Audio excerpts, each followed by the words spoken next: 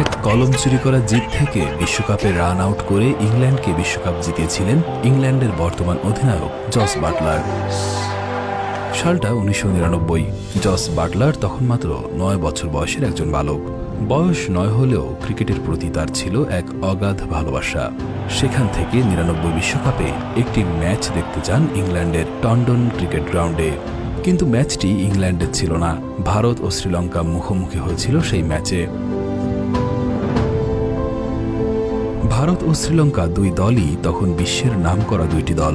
দুই দলের ম্যাচ দেখতে স্টেডিয়ামে জড়ো হয়েছিল হাজারো মানুষ।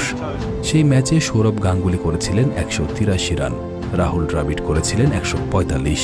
এই দুজনের মুত্তিয়া মুরালি ধরনের মতো বোলারকে এক হাত নেওয়া, মাঠ ছাড়িয়ে বল নদীতে নিয়ে ফেলা, এই সবই ছিল ছোট্ট বাটলারের প্রথম ক্রিকেটীয় স্মৃতি।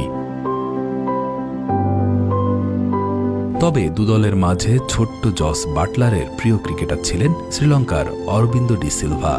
খুব কাছ থেকে তাদের দেখতে চাওয়াই মূলত বাটলারের স্টেডিয়ামে যাওয়ার কারণ ছিল। তবে ইচ্ছে ছিল ক্রিকেটারদের থেকে অটোগ্রাফ নেওয়া। এটা তার একটা শখের বিষয়ও ছিল। বাউন্ডারির এপাশ থেকে খাতা কলম বাড়িয়ে দিলেই তো অটোগ্রাফ পাওয়া যাচ্ছে তাদের। এমন এক পরিস্থিতিতে বাটলার খাতা কলম বাড়িয়ে দিলেন অরবিন্দ ডি সিলভার দিকে। তিনি সাইন করলেন, কিন্তু দৌড়ে বাউন্ডারির এপারে ফেরত আসার সময় ছোট্ট বাটলারের কলমটা ফিরিয়ে দিতে ভুলে গিয়েছিলেন সিলভা। ব্যাস, ছোট্ট বাটলার কাঁদতে কাঁদতে তার মায়ের কাছে দৌড়ে গিয়ে বললেন, মা, অরবিন্দ ডি সিলভা আমার কলম চুরি করেছে। কলমটা শেষে অরবিন্দ ডি সিলভা কোথায় কাকে যে দিয়েছিলেন সে হয়তো সেটাও জানে না। আর ছোট্ট বাটলার কলমের জন্য কান্নাও কেউ থামাতে পারছিলেন না সেদিন।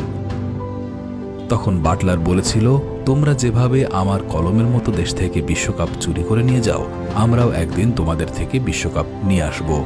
কথাটা অনেকের কাছে মজার মনে হলেও সেদিনের সেই জস বাটলারের হাত ধরে ইংল্যান্ড 2019 সালে প্রথমবারের মতো ওয়ানডে বিশ্বকাপ জিতে নেয়।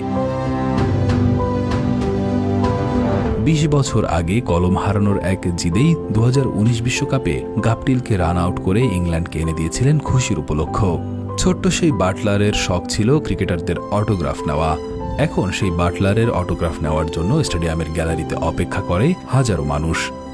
বাটলারের চাইতে দ্রুত গতিতে রান তোলা ব্যাটসম্যান একটাও নেই ক্রিকেট বিশ্বে। ইংল্যান্ডের হয়ে ওয়ানডে ক্রিকেটে দ্রুততম শতকের কীর্তিটা তার দখলে। অবাক হওয়ার পালা তখনই যখন আপনি জানবেন যে তালিকার দ্বিতীয় নামটাও বাটলারেরই।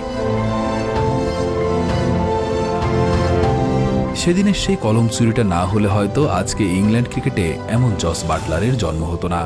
এবং এক জিদের কারণে জস বাটলার আজ সেরাদের সেরা। শুধু ইংল্যান্ডের হয়ে বিশ্বকাপে জেতেননি, তিনি হয়েছেন ইংল্যান্ডের অধিনায়কও।